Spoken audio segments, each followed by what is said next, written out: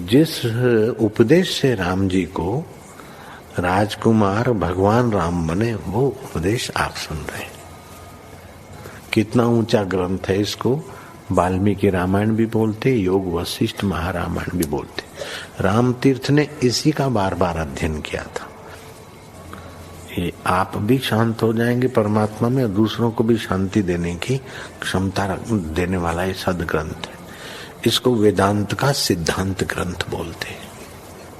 दूसरे होते प्रक्रिया ग्रंथ। ये करके फिर कब वो आचार्य बनो तब समझो, ये तो थोड़ा पढ़ो और फिर वही सिद्धांत की बात। तो बार बार योग वशिष्ठ महारामायण विचारने योग।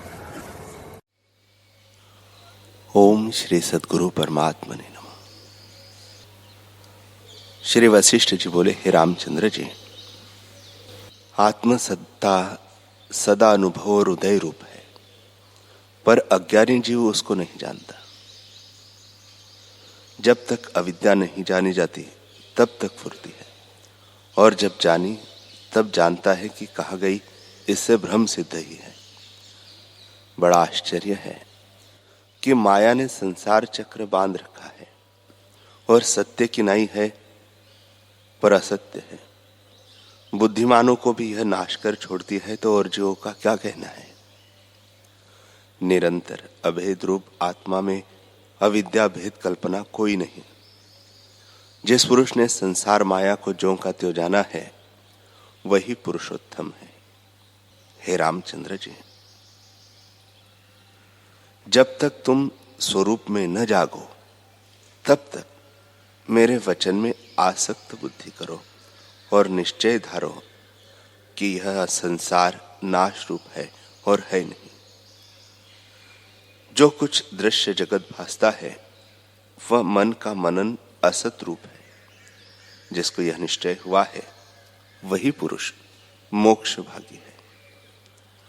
यह जो मन का फुरना रूप जगत दृश्य भाव को प्राप्त हुआ है, वह सब ब्रह्म रूप है। जिसके हृदय में यह निश्चय हुआ है वही पुरुष मोक्ष भागी है, और चराचर जगत में दृढ़ भावना है, वह तो बंधन में है। हे रामचंद्र जी, संपूर्ण जीव इस संसार की सत्य दृष्टि से बांधे हुए है। सब जगत स्वप्न भ्रांति रूप है, पर उसमें जिसको असत बुद्धि है अथवा सद ब्रह्म बुद्धि है, वह आसक्त होकर संसार दुख में नहीं डूबता। और जिसको अनात्म धर्म देहादिक में भावना है और स्वरूप का बोध नहीं, वह हर्ष शोक आपदा को प्राप्त होता है। जिसको स्वरूप का बोध है और अनात्म धर्म त्यागा है, उसको संसार रूपी अविद्या नहीं रहती और दुख विकार भी स्पर्श नहीं करते। हे राघव, ज्ञानवान पुरुष के हृदय में जगत के शब्द अर्थ का रंग नहीं चढ़ता। जैसे सूत बिना वस्त्र नहीं होता, तंतु ही पट रूप है, तैसे ही आत्मा बिना जगत नहीं होता। जगत आत्मरूप है, ऐसे जान के जो व्यवहार में बरतता है, वह पुरुष मानसी दुख को नहीं प्राप्त होता। और जो अविद्या से संसार में भटकता है, वह आत्म तत्व को नहीं पा सकता, और विद्यमान आत्मा को भी नहीं, उसको नहीं भासित होता। केवल आत्मज्ञान से ही अविद्या का नाश होता है, जिससे आत्मज्ञान होता है। श्री योग वशिष्ठ महारामायण निर्वाण प्रकरण सर्ग 161। श्री वशिष्ठ जी बोले, हे रामचंद्र जी, आदि विराट ब्रह्मा है, उसका आदि अंत नहीं। यह जगत उसका छोटा शरीर है। उसी चैतन्य वपु का किंचन ब्रह्मा रूप हुआ है। उसके विस्तार का क्रम सुनो। उस ब्रह्मा ने, जिसका वपु संकल्प मात्र है, अपने संकल्प से एक अंड रचा और उसको तोड़ फोड़ डाला। ऊर्ध्व भाग ऊपर गया और नीचे का भाग नीचे गया। पाताल ब्रह्मा का चरण हुआ, ऊर्ध्व सिर हुआ, मध्य आकाश उदर हुआ, दशो दिशा वक्षस्थल हुए,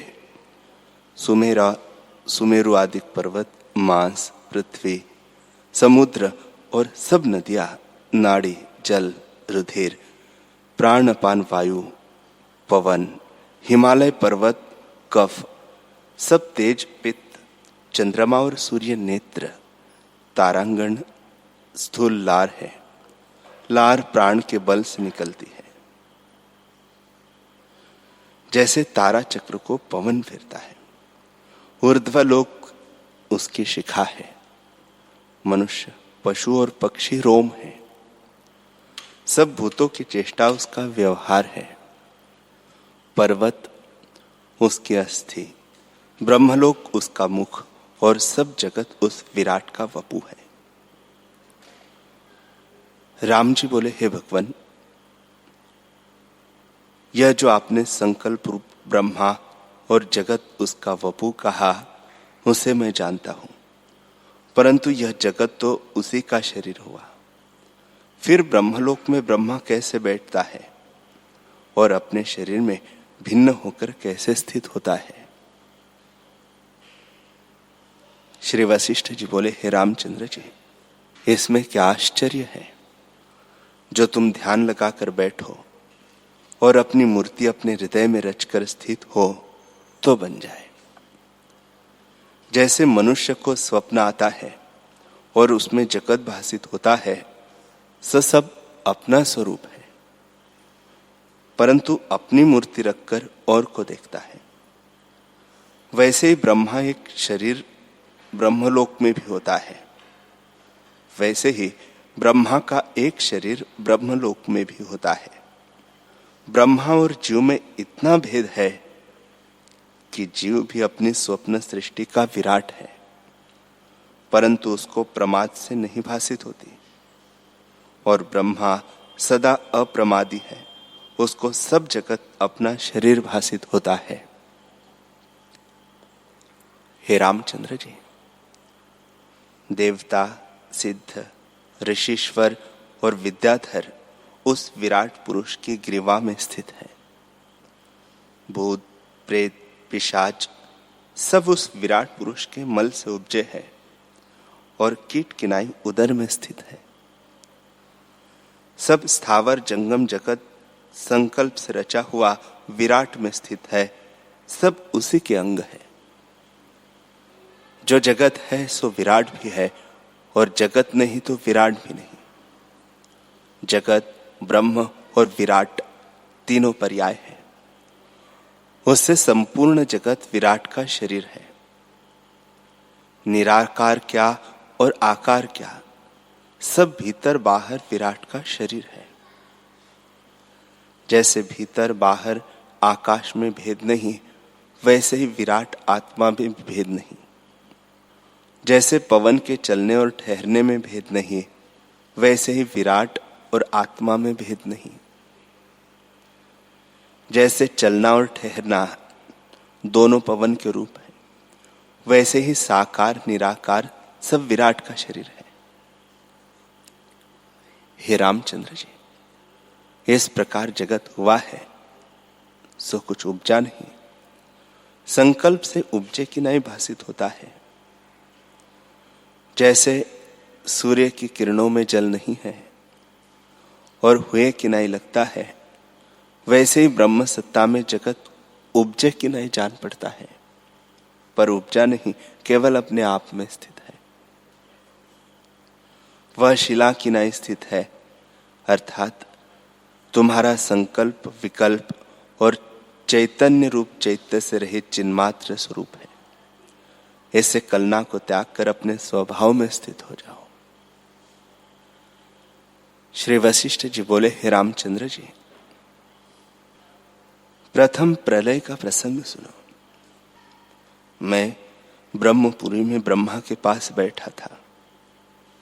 जब मैंने नेत्र खोलकर देखा कि मध्याह्न का समय है और दूसरा सूर्य पश्चिम दिशा में उदय हुआ है, उसका बड़ा प्रकाश है, मानो संपूर्ण तेज इकट्ठा हुआ है या वड़वाग्नि की नई प्रकाश हुआ है, और बिजली किनाई स्थित हुआ है, उसको देखकर मैं विस्मित हुआ। देख ही रहा था कि एक और सूर्य उदय हुआ, फिर उत्तर दिशा की ओर और एक सूर्य उदय हुआ। इसी प्रकार प्रथम के अलावा 10 सूर्य आकाश में और प्रकट हुए। बड़वाग्नि समुद्र से प्रकट हुई, उससे एक सूर्य निकला। सब 12 सूर्य इकट्ठे होकर विश्व को तपाने लगे। प्रलय के 3 नेत्र उदय हुए, एक नेत्र सूर्य, दूसरा नेत्र बड़वाग्नि और तीसरा नेत्र बिजली। ये तीनों विश्व को जलाने लगे। दिशा सब लाल हो गई, अट्ट अट्ट शब्द होने लगे। नगर, वन, कंदरा, पृथ्वी जलने लगी। देवताओं के स्थान जलकर गिरने लगे। पर्वत जलकर शाम हो गए। ज्वाला के कण निकलकर पाताल को गए, वह भी जल गया। समुद्र जलकर सूख गए और हिमालय पर्वत के बर्फ का जल होकर जलने लगा। जैसे दुर्जनों से संग कर साधु का हृदय तप्त होता है, जब इसी प्रकार बड़ी अग्नि प्रज्वलित हुई, तब मुझको भी तपन आने लगी और मैं वहां से दौड़कर नीचे जाकर स्थित हुआ। वहां मैंने देखा कि अस्ताचल पर्वत जलता हुआ उदयाचल पर्वत के पास आ पड़ा। मंदराचल और सुमेरु पर्वत चलकर गिरने लगे और अग्नि की ज्वाला ऊंचे उठकर भड़भड़ शब्द करने लगी। हे रामचंद्र जी, इस प्रकार संपूर्ण विश्व जलने लगा। बड़ा क्षोभ हुआ और जहां कुछ रस था सो सब सूख गया। हे रामचंद्र जी, जिसको अज्ञानी रस कहते हैं वह सब विरस है, परंतु अपने अपने काल में सब रस संयुक्त दिखते हैं। उस समय में मुझको सब ऐसे लगे जैसे जली हुई बेल होती है।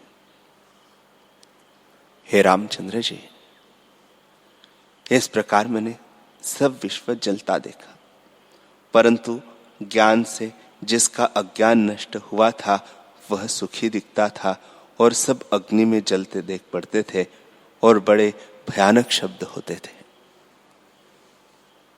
शिव का जो कैलाश पर्वत है, उसके निकट जब अग्नि आई, तब सदाशिव ने अपने नेत्र से अग्नि प्रकट की, जिससे बड़ा क्षोभ हुआ और ब्रह्मांड जलने लगा। तब महापवन चला, जिससे बड़े पर्वत उड़ने लगे, जैसे तृण उड़ते हैं। जो स्थान जले थे उनकी आंधी होकर यक्षों के स्थान भी उड़ने लगे। निदान बड़ा क्षोभ प्रकट हुआ और इंद्रियादिक देवता अपने स्थान को त्याग कर ब्रह्मलोक में चले गए। बड़े मेघ जो जल से पूर्ण थे सूख कर जलने लगे। कल्परूपी पुतली नृत्य करने लगी। जले स्थानों से जो धुआं निकलता था वह उसके केश थे और प्रलय का शब्द उसका बोलना था। बड़ा पवन चलने लगा, पर्वत जलकर उड़ने लगे और सुमेरु आदि पर्वत तृणों किनाई उड़ते थे। निदान जीवों को बड़ा कष्ट हुआ जो कहा नहीं जा सकता। श्री वशिष्ठ जी बोले, हे रामचंद्र जी, जब अग्नि से सब स्थान जल गए, तब उसके उपरांत पुष्कल मेघ गरज कर वर्षने लगे। प्रथम मुसल सी, फिर खंभा से धारा बरसी, फिर नदी किनाई और फिर महानद किनाई मेघ बरसने लगे। जिसका गंगा यमुना ये नदी लहरें थी, उससे सब स्थान शीतल हो गए। जैसे तीनों तापों से जला हुआ अज्ञानी संतों के संग से शीतल होता है। हे रामचंद्र जी, फिर ऐसा जल चढ़ा जैसे सुमेरु आदि पर्वत नृत्य करने लगे। जैसे समुद्र में झाग होते हैं वैसे ही हो गए, अथवा ऐसे जान पड़ते थे जैसे जलचर होते हैं। हे रामचंद्र जी, ऐसा जल चढ़ा कि कहा नहीं जाता। बड़े बड़े स्थान और देवता, सिद्ध, गंधर्व बहे जाते थे। जिनको अज्ञानी परमार्थ जानकर सेवन करते थे वे भी बहते देख पड़े। जैसे कोई पुरुष कंटक के अंधे कूप में गिर के दुख पावे वैसे ही वे दिखे, पर मुझको सब ब्रह्म ही देख पड़ता था। पर जब संकल्प की ओर देखता तब महाप्रलय दिखता और मेघ गरजते घटा होकर दिखाई देते। निदान ब्रह्मलोक तक जल चढ़ गया और मैं देखकर आश्चर्य को प्राप्त हुआ। श्री वशिष्ठ जी बोले, हे रामचंद्र जी, उस ब्रह्मा का जगत जलमय हो गया और मुझे जल से भिन्न कुछ न देख पड़ा, सब शून्य ही देख पड़ा। ऊपर, नीचे और मध्य दिशा भी न दिखती थी। न कोई तत्व, न कोई पर्वत, न कोई देवता, न पशु और न पक्षी देख पड़ते थे। तब मैंने ब्रह्मपुरी को देखा कि क्या दशा है। फिर जैसे प्रातः काल का सूर्य अपनी ज्योति को फैलाता है वैसे ही मैंने ब्रह्मपुरी को दृष्टि फैलाकर देखा। तब ब्रह्मा जी मुझको परम समाधि में देख पड़े और भी जो जीवन मुक्त ब्रह्मा के सभासद थे वे भी सब पद्मासन से परम समाधि लगाए बैठे थे। जैसे पत्थर की मूर्ति हो वैसे ही सब परम समाधि में अचल स्थित थे। उनमें संवेदन का फुरना नहीं था।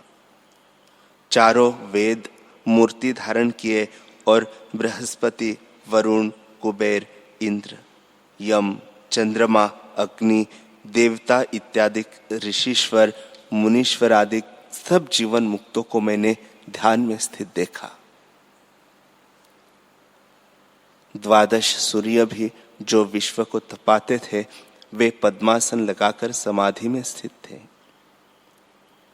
एक मुहूर्त तक मैंने इसी प्रकार देखा। जब एक मुहूर्त बीता तब सूर्य के सिवा सब अंतर्धान हो गए। जैसे स्वप्न की सृष्टि अपने में विद्यमान होती है और जागने से उसकी अभावना होती है, वैसे ही मेरे देखते देखते ब्रह्मपुरी शून्य वन किनाई उजाड़ हो गई। जैसे राज पतन से मार्ग प्रलय हो जाते हैं वैसे ही प्रलय हो गया। हे रामचंद्र जी, जैसे स्वप्न में मेघ गरजते दिखते हैं और यह दृष्टांत तो बालक भी जानते हैं कि प्रत्यक्ष अनुभव को छिपाते हैं वे मूर्ख हैं। मैं अनुभव से भी जानता हूं, स्मृति भी होती है और सुना भी है कि जब तक निद्रा है तब तक स्वप्न की सृष्टि दिखती है और जागने पर उसका अभाव हो जाता है। वैसे ही जब तक ब्रह्मा की वासना थी तब तक सृष्टि थी। जब वासना क्षय हुई तब सृष्टि कहाँ रही। जब वासना नष्ट होती है तब अंतवाहक आदि भौतिक शरीर नहीं रहते। हे रामचंद्र जी, जब शुद्ध मात्र पद से चित्त शक्ति फुरती है तब पिंडाकार होकर भासित होती है और जब तक वह शरीर है तब तक संसार उपजता है और नष्ट भी होता है। वैसे ही ब्रह्मा की सुषुप्ति में जगत लीन हो जाता है और जागृत में उत्पन्न होता है, क्योंकि ब्रह्मा के शरीर का सुषुप्ति में लीन होना ही प्रलय है। यदि कहिए कि इस शरीर के नाश का नाम महाप्रलय हो तो ऐसे नहीं है। क्योंकि मृतक हुए शरीर का नाश होता है और फिर लोक भासित होता है।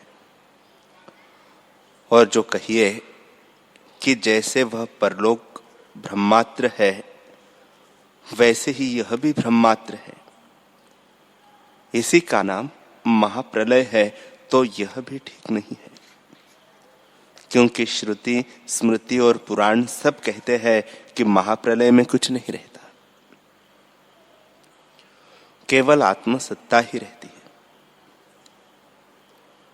और जो कहिए कि परलोक भ्रांति मात्र है, इसका नाश क्या होना है, तो श्रुति और शास्त्र का कहना व्यर्थ होता है। और जो उनका कहना व्यर्थ हो, तो इनके कहने से ब्रह्माकार वृत्ति किसी को उत्पन्न न हो। जो तुम कहो कि जैसे अंग वाला अंग को सिकोड़ लेता है, वैसे ही स्थूल भूत सिमट कर अपने सूक्ष्म कारण में जाकर लीन होते हैं, इसी का नाम महाप्रलय है, तो यह भी ठीक नहीं। क्योंकि सूक्ष्म भूत के रहते महाप्रलय नहीं होता। और जो तुम कहो कि संवेदन जो अज्ञान है, जिसमें अहम फुरता है, उसका नाम महाप्रलय है, तो यह भी ठीक नहीं। क्योंकि मूर्छा में जीव को अज्ञान होता है, परंतु फिर सृष्टि भासित होती है और मृत्यु होती है। सो मृत्यु बड़ी मूर्छा है, पर उसमें भी फिर पंचभौतिक शरीर भासित होता है और आगे जगत भासित होता है। ऐसे इसका नाम भी महाप्रलय नहीं। जो तुम कहो कि जब तक यह प्रपंच और पंचभौतिक शरीर है, तब तक जगत है और इसका अभाव होने पर महाप्रलय होता है, तो यह भी ठीक नहीं। क्योंकि जब शरीर को जीव छोड़ता है और उसकी क्रिया नहीं होती, तो वह पिशाच होता है। इस शरीर का जब निरूप होता है और मनुष्य शव हो जाता है, तब क्षत्रिय ब्राह्मण की संज्ञा नहीं रहती। ऐसे तुम देखो कि केवल देह का नाश भी महाप्रलय नहीं है और प्रमाद से विपर्यय का नाम भी महाप्रलय नहीं है।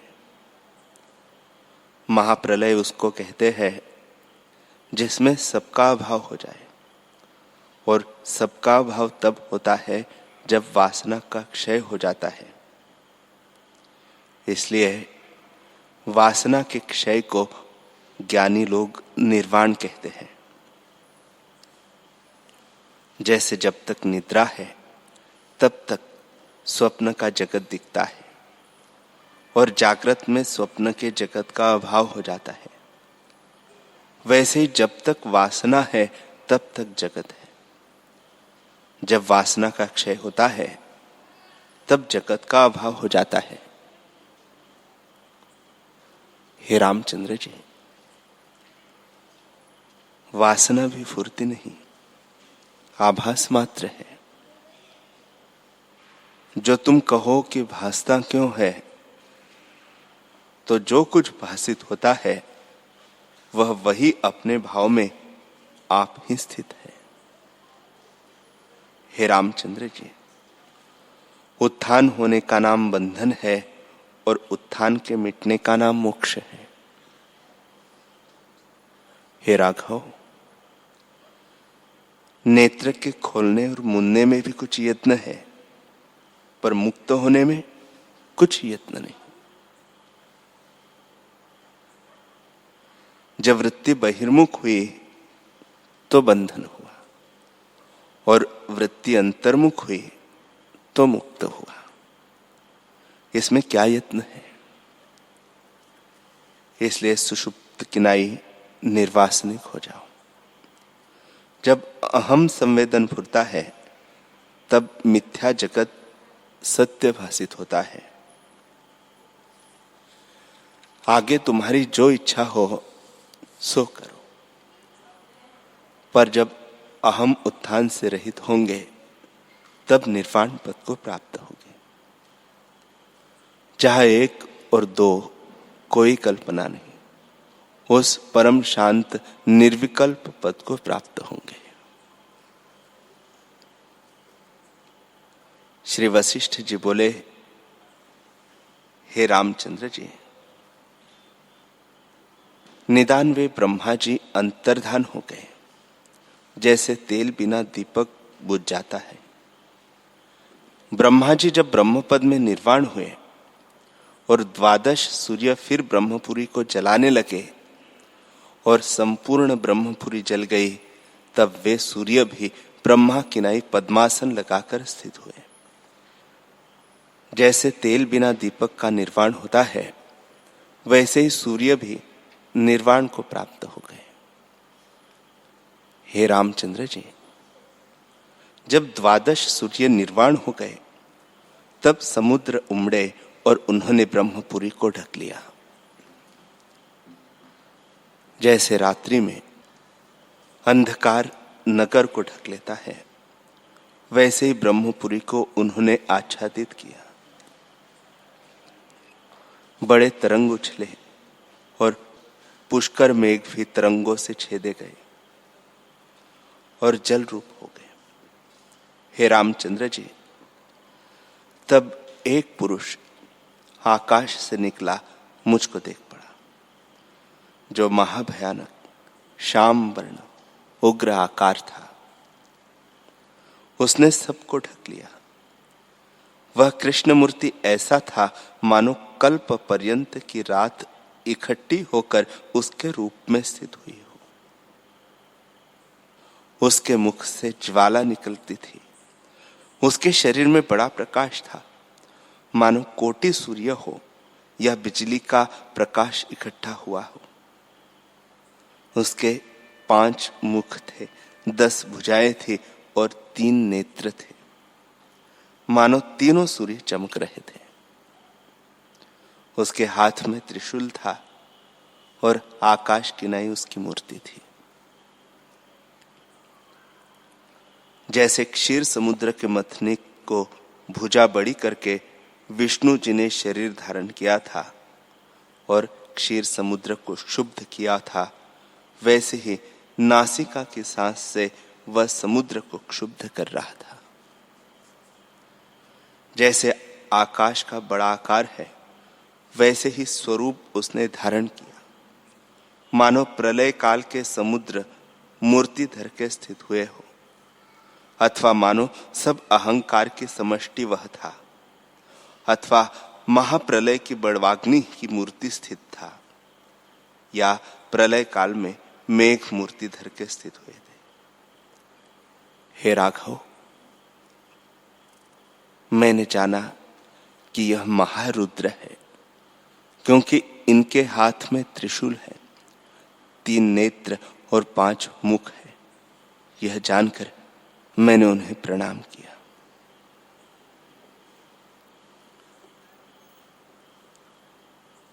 हरि ओम।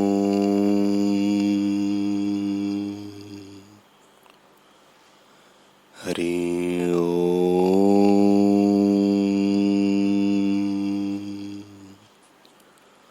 ओम सहना भवतु सहनौ भुनक्तु सह वीर्यं करवावहै तेजस्विनावधीतमस्तु मा विद्विषावहै। ओम शांति शांति शांति। श्री सद्गुरुदेव भगवान की जय।